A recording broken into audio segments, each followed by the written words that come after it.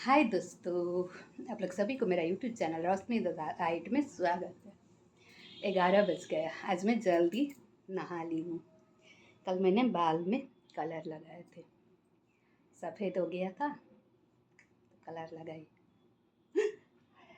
दोस्तों, मैं आप लोग मेरा भूलने की बीमारी का एक लाइव चीज़ दिखा रही हूँ आपको। देखिए, ये है पावर बैंक। चार्ज में लगाए थे मेरे हस्बैंड सुबह ही, और मुझे ऑफिस जाने से पहले ही बोल के गए थे, बस अब थोड़ी देर में इसको तुम चार्ज से निकाल देना। वो 9:30 बजे ऑफिस गए थे, अभी 11:10 हो चुका है। मैंने इसको चार्ज से नहीं निकाला, मैं भूल गई थी। जाते जाते मेरे हस्बैंड मुझसे बोल के गए हैं, देखो भूलना नहीं है, भूलो नहीं, तुम बहुत भुलक्कड़ हो। मैंने उनसे हुज्जती भी की थी, मैंने डिस्कस की थी, नहीं आप तो मेरा कमी कमजोरी निकालते रहते हैं, मैं हर बात नहीं भूलती हूँ। और वही हुआ कि मैं भूल गई दोस्तों। अभी अचानक आप लोगों से बात करते करते मेरा नज़र उधर पड़ गई, तो मैंने जल्दी से निकाल दी। मेरा सही में मेरे हस्बैंड मुझसे बोल के गए थे, भूलना नहीं। 2-3 बार उन्होंने रिपीट किया था, भूलना नहीं। तो मैं उनसे डिस्कस करने लगी, हम हर चीज़ भूलते हैं क्या? आप तो खाली मेरे अंदर कमी कमज़ोरी निकालते रहते हैं। ऐसे ही लाइटली मैं उनसे थोड़ा बहुत लड़ी थी। और देखिए, मैंने सही में नहीं निकाला था चार्ज से। दोस्तों, मैं बहुत ज़्यादा भूलती हूँ, और जब से मुझे डिप्रेशन हुआ, दवा खाती हूँ ना, तो उसके बाद से तो और ज़्यादा ये भूलने की बीमारी हो गई है। नहीं तो मैं ऐसा लेडी थी दोस्तों, आज से समझ जाइए 10 साल आगे भी मैं घर की अकेली बहू हुआ करती थी। मेरे दोनों देवरानी नहीं थी, सारा घर का चीज़ संभालना, मतलब हर चीज़ ही एक जो बहू को करना पड़ता है, और अकेले हाथ से मैं सारा चीज़ करती थी और हर चीज़ मैनेज करती थी, उतना भूलती भी नहीं थी। लेकिन आहिस्ते आहिस्ते दिमाग ऐसा हो जाता है ना दोस्तों, और आगे का जिस मतलब आगे आप लोगों ने जितना संघर्ष किया हो, झेला हो ना, वो बाद में धीरे धीरे उसका असर उस वक्त तो आपको करना ही पड़ता है, तो मजबूरी में आप उसको संभालती जाती, लेकिन आपका दिल और दिमाग ऐसा टायर्ड हो जाता है, इस टाइप का हो जाता है ना, वो बाद में उसका असर दिखाना शुरू करता है। मेरे साथ वही हुआ है। उस वक्त तो मैंने सब संभाल दिया अपने आप को भुला के, लेकिन अब आहिस्ते आहिस्ते उसका असर, हर चीज़ का असर मुझे अब दिखने लगा है। इसीलिए दोस्तों, मैं आप लोगों को फिर से कहती हूँ कि लाइफ में कोई भी चीज़ का प्रेशर लेके मत कीजिएगा। जितना आप कर सकते हैं, जितना आपको कंफर्टेबल लगेगा, उतना ही कर लीजिए। जितना भी कर लीजिए आप। अपना सर काट के भी दीजिएगा तो कोई भी आपका नहीं होने वाला है। जितना देर आप कर लीजिएगा, जितनी देर तक आप अपने आप को मार के दूसरों के लिए जिए, तब तक ही आप सबका हो सकती हैं।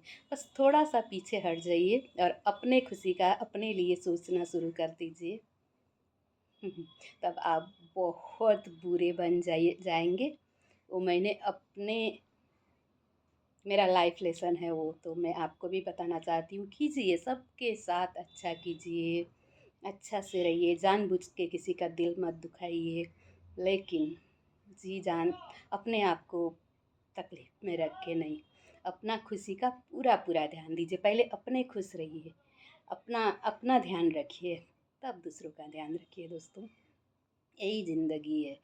सुनने में थोड़ा बुरा लग रहा होगा, लेकिन यही हकीकत है, यही ज़िंदगी है।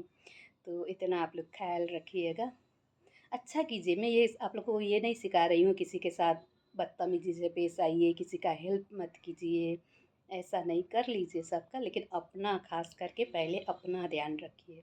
अपना ध्यान रखना बहुत ज़रूरी होता है, क्योंकि आपका ध्यान कोई नहीं रखेगा। आप दूसरों को कर दीजिएगा, सब कीजिएगा, लेकिन लास्ट में देखिएगा आप एकदम बिल्कुल अकेले हो गए हैं, आपका ध्यान रखने वाला कोई नहीं बचेगा। इसीलिए अपना अपना ध्यान खुद रखिए, है ना दोस्तों।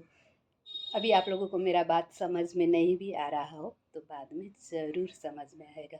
पता है दोस्तों, बुखार बुखार जैसा लग रहा है। ये जो सीज़न है ना, जैसे बारिश के बाद का सीज़न, जो बारिश का बाद और ठंडा आने से पहले का, जिसको ऑटम सीज़न बोला जाता है। ये जो एक अजब सा मौसम वाला सीज़न होता है ना, ना ज़्यादा गर्मी, ना बारिश, ना ठंडा, ये इस टाइप का सीज़न, ना बुखार। इस सीज़न में जब मौसम चेंज होने का सीज़न होता है ना दोस्तों, बीमारी का घर है ये। बुखार जैसा लगने लगेगा, अजब तबीयत करने लगेगा, सुस्ती लगेगा। मेरे साथ भी 2-3 दिन से वही हो रहा है, बहुत सुस्ती। जैसे बुखार मतलब फीवर नहीं है, मतलब टेम्परेचर नहीं है, लेकिन अंदर से बुखार जैसा लग रहा है, अच्छा नहीं लग रहा, सुस्ती सुस्ती लग रहा है बहुत ही। तो मेरे हस्बैंड ना मुझे 2-3 दिन आगे से बोल रहे थे, चलो ना गणपति आ रहा है, रील्स बनाते हैं, गणपति का रील्स बना लेते हैं, डुएट बनाएंगे तुम और हम। इतना मुझे आलस लग रहा था दोस्तों, ऐसा लग रहा था, मैं 2-3 दिन से मैं टालती आ रही थी कि नहीं, लेकिन कल फिर मैंने बना लिया। मतलब मेरे हस्बैंड जब बोलते हैं ना रील्स बनाने, तो मैं कभी नहीं टालती हूँ, उनको बोलते हैं चलिए बनाते हैं, लेकिन अंदर से ऐसा बुखार जैसा फीवर कैसा कैसा लग रहा था, तो मैं टाल रही थी, लेकिन कल मैंने बना लिया हिम्मत करके। अभी भी फीवर अंदर से लग रही है मुझे। ये वाला सीज़न मुझे याद है दोस्तों, जब मैं छोटी सी थी, स्कूल पढ़ती थी, गांव नेपाल में रहती थी, गांव में यही सीज़न में पूजा से आगे हमारे वहाँ तो दिवाली में नहीं, दशहरा से पहले से घर में लिपा पोती रंग रोगन हो जाता है।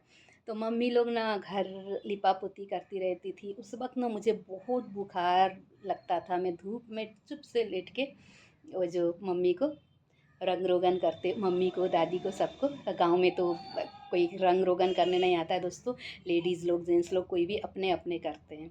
तो वो लोग को रंग रोगन लिपा पुती करते हुए मैं चुप से बैठ के धूप में देखती रहती थी। उस वक्त मुझे बुखार रहती थी, मुझे याद है अभी भी बचपन की। और मेरे हस्बैंड को पूरा साल बुखार नहीं आती, वो ठीक, मतलब हल्का खांसी ये सब तो रहता है, लेकिन बुखार उनको नहीं आता है।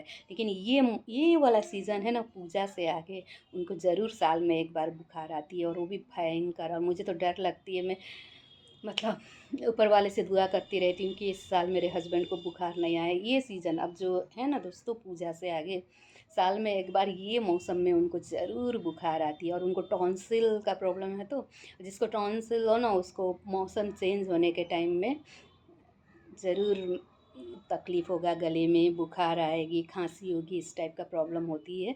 तो मेरे हस्बैंड को खास करके ये वाला सीज़न में, ये जो है ना सितंबर अक्टूबर में ज़रूर बुखार आती है, और मुझे बहुत डर लगता है। और हमारा दिवाली से पहले नेपाल जाने से आगे तो हमेशा ये बीमार रहते हैं। और कभी कभी 1-2 बार तो दोस्तों हम लोग उनका बीमारी के बुखार के हालत में भी हम लोग नेपाल गए हैं। एक बार इतना बुखार था, इतना बुखार था उनको, तो मैं बोली नहीं, इस बार नेपाल नहीं जाएंगे। और उनको ना दोस्तों, मतलब ख़राब लगता है कि मैं भैया दूज में भाई को भाई टीका नहीं कर पाऊँगी। और वो भी मेरी भाभी उनको, मेरे हस्बैंड को टीका लगाती हैं, अपना भाई बनाइए। तो बोले वो हमको टीका नहीं लगा पाएगी, तुम भी नहीं जा पाओगी। मतलब उनको बुरा लगता है कि ऐसे भी हो, किसी भी हाल में हो, भैया दूज के टाइम में, दिवाली के टाइम में नेपाल मुझे लेके ही जाते हैं। तो एक साल इतना बुखार था उनको, इतना बुखार था, मैं बोली इस साल नहीं जाऊँगी। तो वो भी राज़ी हो गए, क्योंकि बहुत ही बुखार था उस साल उनको। तो हम लोग तो ट्रेन में ही जाते थे, ट्रेन में ही जाते थे।